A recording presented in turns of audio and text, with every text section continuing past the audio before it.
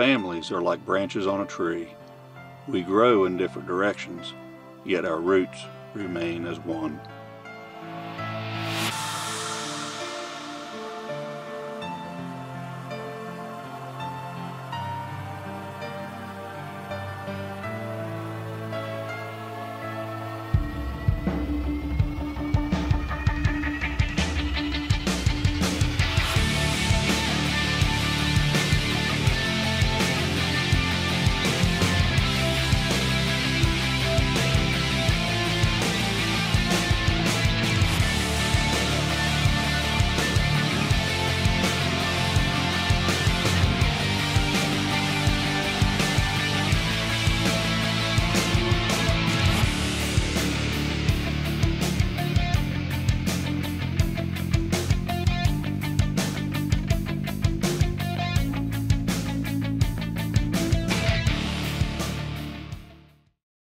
Greetings everyone, welcome to another weekly edition of Game Over Outdoors TV. We have a real powerhouse episode for you this week involving two spectacular whitetail hunts right here from our hometown of Ravenswood, West Virginia. It's a really unique mother and daughter hunt involving my wife April and my daughter Peyton.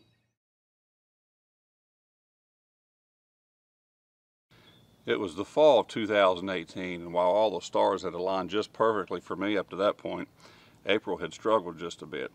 It wasn't that she had missed her opportunities, she just didn't have any opportunities. And up to that point, she was struggling to get on her shooters in daylight. Meanwhile, Peyton was just looking to spend some time with Mom and Dad and hopefully fill a tag on a good West Virginia whitetail.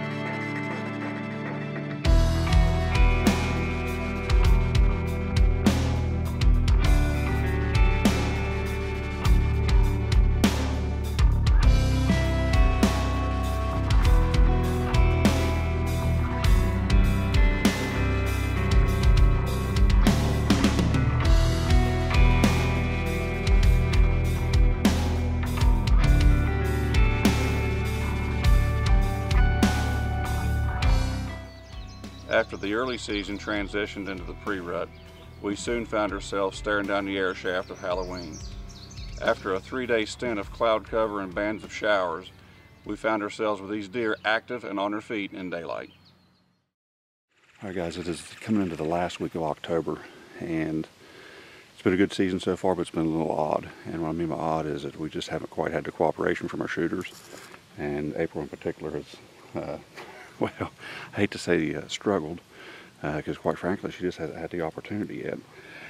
So, we kind of had an ace in our hip pocket here all along, and there's a deer here we call Timex. He's a 4-year-old deer, and he was labeled the name Timex just simply because of his regularity, if you can find him.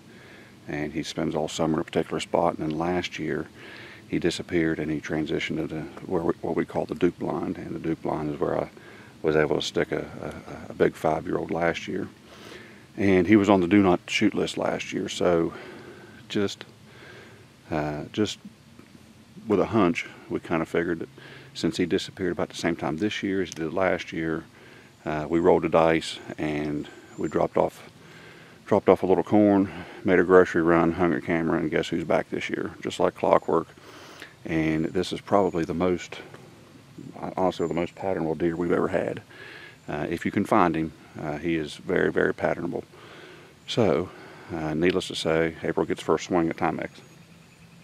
So, we're gonna get her in here. We already got the blind set up. We're doing one more card pull and see if she can make it happen. So.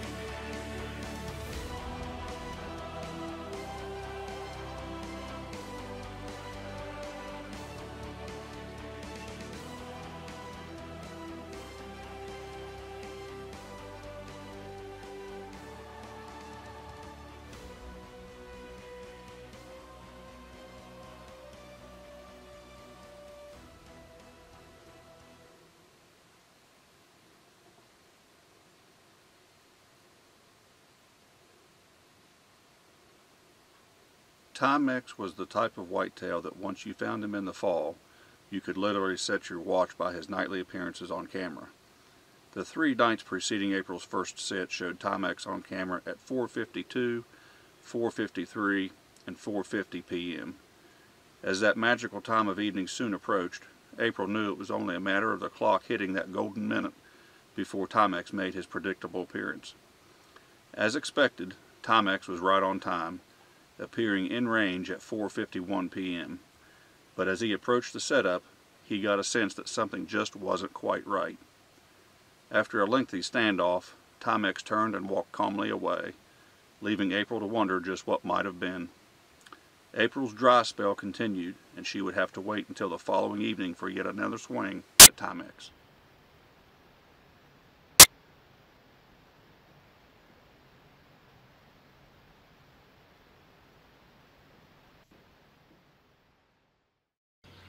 While April pursued Timex, I took Peyton with me. We decided to set at a particular saddle or low gap location on this same farm. I knew with the pre-rut in high gear, it would be a prime location for the bucks when they got on their feet.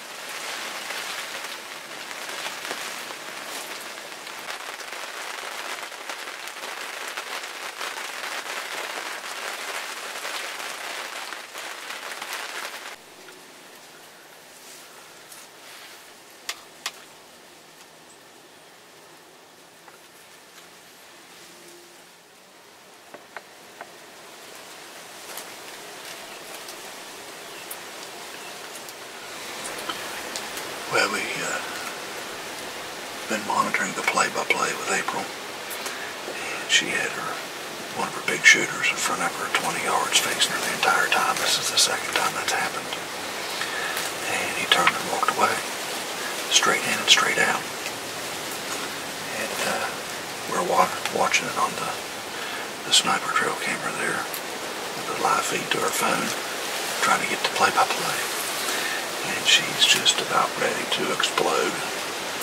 She's had a rough fall. Not that she's missed her opportunities. She just hasn't had her opportunities yet. Now, the real kicker is, while she was at a standoff with that shooter, her second shooter was in front of her other tree stand at the same time in broad daylight. Broadside. So I expect if he does not reappear and she doesn't get a shot tonight, that it's going to be a long night in the Bellinger household, because she's getting an itchy trigger finger for sure.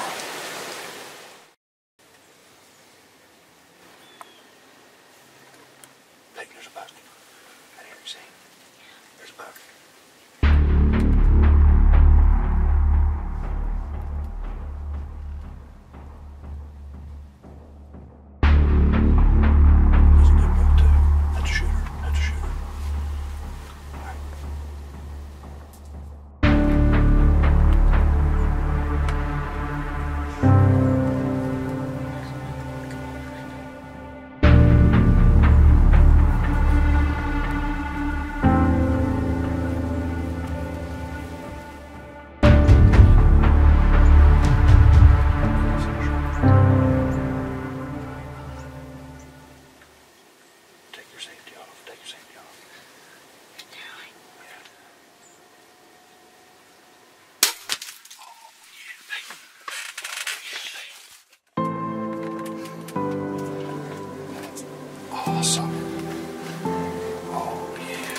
this one. Oh, yeah.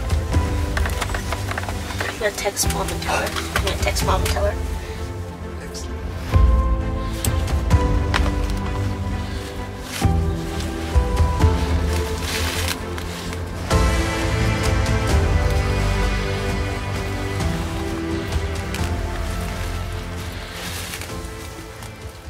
That's ready to fall off. We'll worry about your hat later.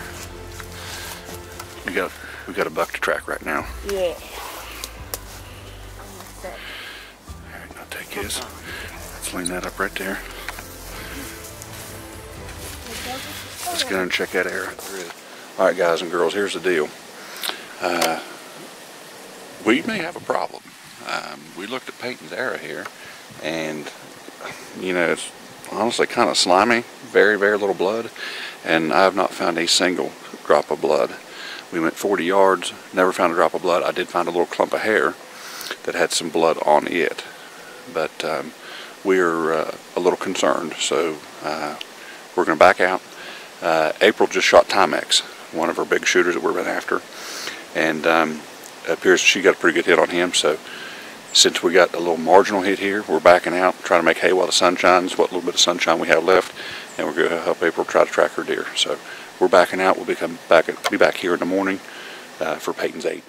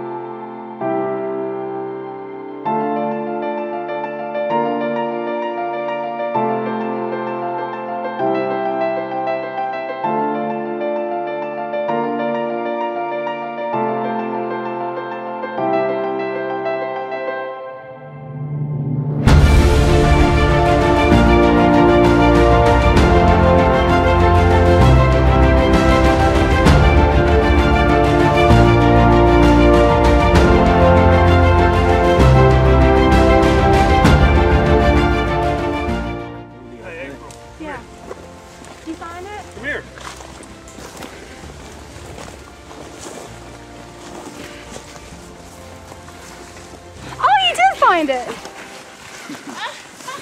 Oh. There it is. Boy. We're still up. Man, what a hog. Run. Oh, that's 75 yards. Yeah. 80 yards max, if that. Outstanding. Toad. Timex, my old friend. Not worse than I saw. Wow. I wonder where I hit him at. Roll him over and find out. Oh, someone's gonna help me. She's like, can somebody help me here? Perfect. Oh, Oh, perfect. Get no Yeah. better. yeah. Blew him up. Just flat blew him It up. was.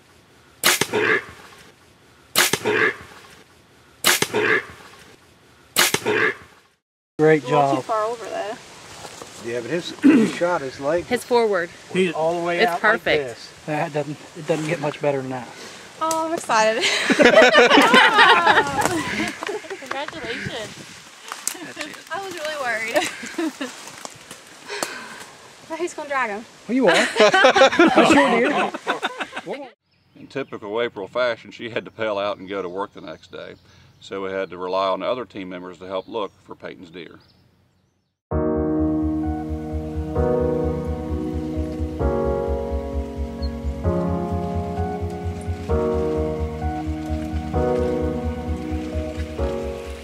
All right, here the infamous morning after, and April, just like clockwork, is at work this morning. So leaves us with the task of trying to find Peyton's deer. Got Millie here with us, and of course Peyton gets the privilege of skipping school today to see if we can find this deer. Got April's there from last night, as you saw, and basically we kind of got a tough task ahead of us. We had a massive thunderstorm come in last night, and we're somewhat stuck. Yeah, not gonna be any blood. No, not gonna be any blood. It's gonna be a little bit of a chore, but where we're at right now is an old overgrown clear cut. We're looking at stuff that's, well, it's 3 years into regrowth, so you can imagine what it's like in here. So we're gonna get to March and see what we can find. You ready, P-Bug? All right, Do it. all right, let's roll.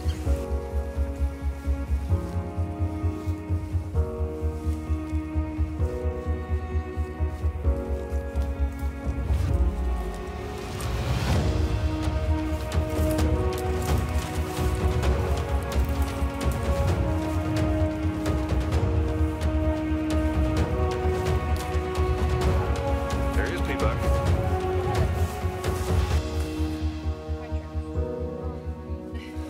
Go get him, go get your hands on him.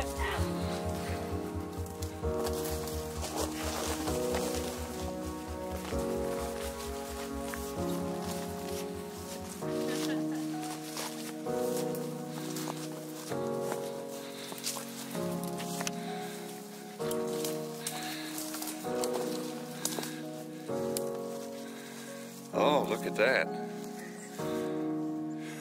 Good shot, Peyton.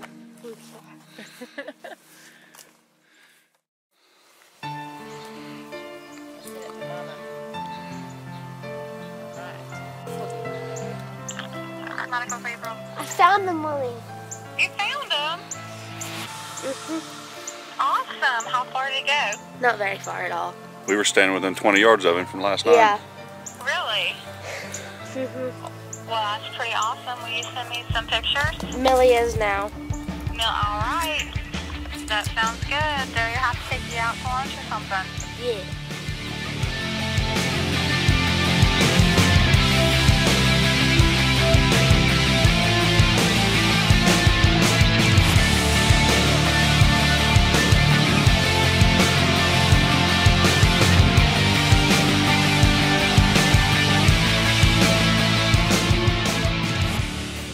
Mother-daughter hunts aren't all that unique here in the hunting industry, but for both of them to capitalize on a really good whitetail on the same evening is pretty spectacular. We hope you enjoyed this segment of Game Over Outdoors. We'll catch you again next week.